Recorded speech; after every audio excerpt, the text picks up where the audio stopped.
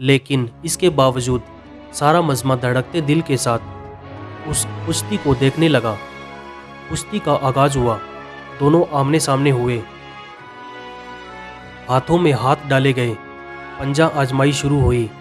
اس سے پہلے جنید بغدادی رحمت اللہ علیہ کوئی داؤں لگا کر اس اجنبی کو زیر کرتے، اجنبی نے آہستہ سے جنید بغدادی رحمت اللہ علیہ سے کہا، اے جنید، ذرا اپنا کان میرے قریب لاؤ، میں آپ سے کچھ کہنا چاہتا ہوں۔ اجنبی کی بات سن کر جنید بغدادی رحمت اللہ علیہ قریب ہوئے اور کہا، کیا کہنا چاہتے ہو؟ اجنبی بولا، اے جنید، میں کوئی پہلوان نہیں ہوں، زمانے کا ستایا ہوا ہوں، آل رسول صلی اللہ علیہ وآلہ وسلم سے ہوں، سید گھرانے سے میرا تعلق ہے۔ میرا ایک چھوٹا سا کنبہ کئی ہفتوں سے فاقوں میں مبتلا جنگل میں پڑا ہوا ہے، چھوٹے چھوٹے بچے شدت بھوک سے بے جان ہو چکے ہیں، خاندانی حیرت کسی سے دستے سوال نہیں کرنے دیتی، سید جادیوں کے جسم پر کپڑے پھٹے ہوئے ہیں، بڑی مشکل سے یہاں تک پہنچا ہوں۔ میں نے اس امید پر تمہیں کشتی کا چیلنج دیا ہے کہ تمہیں حضور اکرم صلی اللہ علیہ وآلہ وسلم کے گھرانے سے عقیدت ہے، آج خاندان نبوت کی لاز رکھ لے۔ میں وعدہ کرتا ہوں کہ آج اگر تم نے میری لاز رکھی تو کل میدان محشر میں اپنے نانا جان سے عرض کر کے فتح و کامرانی کا تاج تمہارے سر پر رکھواؤں گا۔ تمہاری ملویر شہرت اور اعزاز کی یہ قربانی خاندان نبوت کے سوکھے ہوئے چہروں کی شادابی کے لیے کافی ہوگی۔ تمہاری یہ قربانی کبھی بھی ضائع نہیں ہونے دی جائے گی۔ اجنبی شخص کے یہ جملے جنید بغدادی رحمت اللہ علیہ کے جگر میں اتر گئے، ان کا دل گھائل اور آنکھیں اشک بار ہو گئی۔ سید جادے کی اس پیشکش کو فوراً قبول کر لیا اور اپنی عالمگیر شہرت، عزت و عظمت آل رسول صلی اللہ علیہ وآلہ وسلم پر قربان کرنے میں ایک لمحے کی تاخیر نہ کی۔ فوراً فیصلہ کر لیا کہ اس سے بڑھ کر میری عزت و ناموس کا اور کون سا موقع ہو سکتا ہے کہ دنیا کی اس محدود عزت کو خاندان نبوت کی اڑتی ہوئی خاک پر قربان کر دوں۔ اگر سید گھرانے کی مرجائی ہوئی کلیوں کی شادابی کے لیے میرے جسم کا خون کام آ سکتا ہے تو جسم کا ایک ایک قطرہ تمہاری خوشحالی کے لیے دینے کے لیے تیار ہوں۔ جنید بغدادی رحمت اللہ علیہ فیصلہ لے چکے، ان کے جسم کی توانائی اب سلب ہو چکی تھی۔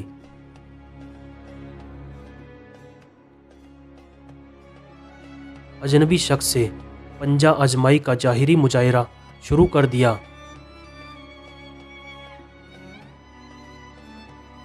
کشتی لڑنے کا انداز جاری تھا، پینترے بدلے جا رہے تھے، نوش و خروش بڑھتا گیا، دونوں بہم گتھم گتھا ہو گئے۔ یکایک لوگوں کی پلکیں جھپکی، دھڑکتے دل کے ساتھ آنکھیں کھلی کہ ایک ناقابل یقین منظر آنکھوں کے سامنے آ گیا۔ جنید بغدادی رحمت اللہ علیہ چاروں شانے چت پڑے ہوئے تھے اور خاندان نبوت کا شہزادہ سینے پر بیٹھا فتح کا پرچم بلند کر رہا تھا۔ پورے مجمع پر ستہ طاری ہو چکا تھا، حیرت کا طلسم ٹوٹا اور پورے مجمع نے سید جادے کو گود میں اٹھا لیا۔ میدان کا فاتح لوگوں کے سروں پر سے گزر رہا تھا، ہر طرف انعاموں کی بارشیں ہونے لگی۔ خاندان نبوت کا یہ شہزادہ بے شبہ قیمتی انعامات لے کر اپنی پناہگاہ کی طرف چل دیا۔ آخر لوگ اپنے اپنے گھروں کی اور جا چکے تھے۔ عشاء کی نماز سے فارغ ہو کر جنید بغدادی رحمت اللہ علیہ اپنے بستر پر لیٹے اور ان کے کانوں میں سید جادے کے وہ الفاظ بار بار گونجتے رہے، آج میں وعدہ کرتا ہوں اگر تم نے میری لاز رکھی تو کل میدان محشر میں اپنے نانا جان سے عرض کر کے فتح و کامرانی کا تاج تمہارے سر پر رکھواؤں گا۔ جنید بغدادی رحمت اللہ علیہ یہی سوچ رہے تھے کہ کیا واقعی ایسا ہوگا؟ کیا مجھے یہ شرف حاصل ہوگا کہ حضور سرور کونین حضرت محمد مصطفیٰ صلی اللہ علیہ وآلہ وسلم کے ہاتھوں سے میں یہ تاج پہنوں؟ نہیں، میں اس قابل نہیں، لیکن خاندان نبوت کے شہزادے نے مجھ سے وعدہ کیا ہے، آل رسول کا وعدہ غلط نہیں ہو سکتا۔ یہ سوچتے سوچتے جنید بغدادی نیند کی آغوش میں پہنچ چکے تھے۔ نیند میں پہنچتے ہی دنیا کے حجابات نگاہوں کے سامنے سے اٹھ چکے تھے اور گنبد خضرا کا سبز گنبد نگاہوں کے سامنے جلواگر ہوا، جس سے ہر سمت روشنی بکھرنے لگی۔ ایک نورانی ہستی جلوہ فرما ہوئی، جن کے حسن و جمال سے جنید بغدادی رحمۃ اللہ علیہ کی آنکھیں کھیرا ہو گئی۔ در و دیوار سے آوازیں آنے لگی، الصلاۃ والسلام علیک یا رسول اللہ، الصلاۃ والسلام علیک یا رسول اللہ، الصلاۃ والسلام علیک یا رسول اللہ۔ جنید بغدادی رحمۃ اللہ علیہ سمجھ گئے کہ یہ تو میرے آقا ہیں جن کا میں کلمہ پڑھتا ہوں۔ فوراً قدموں سے لپٹ گئے۔ حضور اکرم صلی اللہ علیہ وآلہ وسلم نے فرمایا، اے جنید، اٹھو، قیامت سے پہلے اپنی قسمت کی سرفرازی کا نظارہ کرو۔ نبی جادوں کے ناموس کے لیے شکست کی جلتوں کا انعام قیامت تک نہیں رکھا جائے گا۔ سر اٹھاؤ، تمہارے لیے فتح و کرامت کی دستار لے کر آیا ہوں۔ آج سے تم کو اونچے مقام پر فائز کیا جاتا ہے۔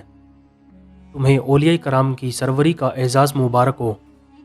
ان کلامات کے بعد حضور سرور کونین حضرت محمد مصطفیٰ صلی اللہ علیہ وآلہ وسلم نے حضرت جنید بغدادی رحمۃ اللہ علیہ کو سینے سے لگایا، اور اس موقع پر حضور اکرم صلی اللہ علیہ وآلہ وسلم نے حالت خواب میں جنید بغدادی رحمۃ اللہ علیہ کو کیا کہا، کیا کچھ عطا کیا، اس کا اندازہ لگانا مشکل ہے۔ اتنا اندازہ ضرور لگایا جا سکتا ہے کہ جب جنید بغدادی رحمۃ اللہ علیہ نیند سے بیدار ہوئے تو ساری کائنات چمکتے ہوئے آئینے کی طرح ان کی نگاہوں کے سامنے آ گئی تھی۔ ہر ایک دل جنید بغدادی رحمۃ اللہ علیہ کے قدموں پر نثار ہو چکا تھا۔ بادشاہ وقت نے اپنا قیمتی تاج سر سے اتار کر ان کے قدموں میں رکھ دیا تھا۔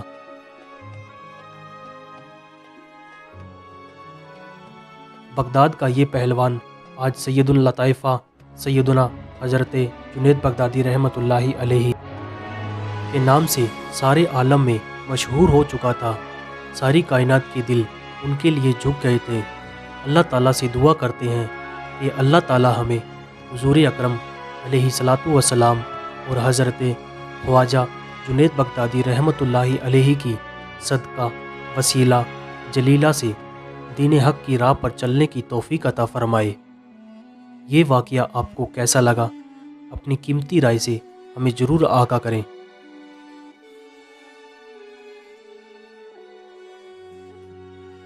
واقعہ اگر پسند آئے تو لائک اور شیئر کرنا نہ بھولیے۔ مزید ایسے واقعات کے لیے ہمارے چینل اسلامک آغاز کو ضرور سبسکرائب کر لیں۔ ملتے ہیں اگلی اور ایک ویڈیو میں، تب تک اپنا اور اپنوں کا خیال رکھیے۔ خدا حافظ۔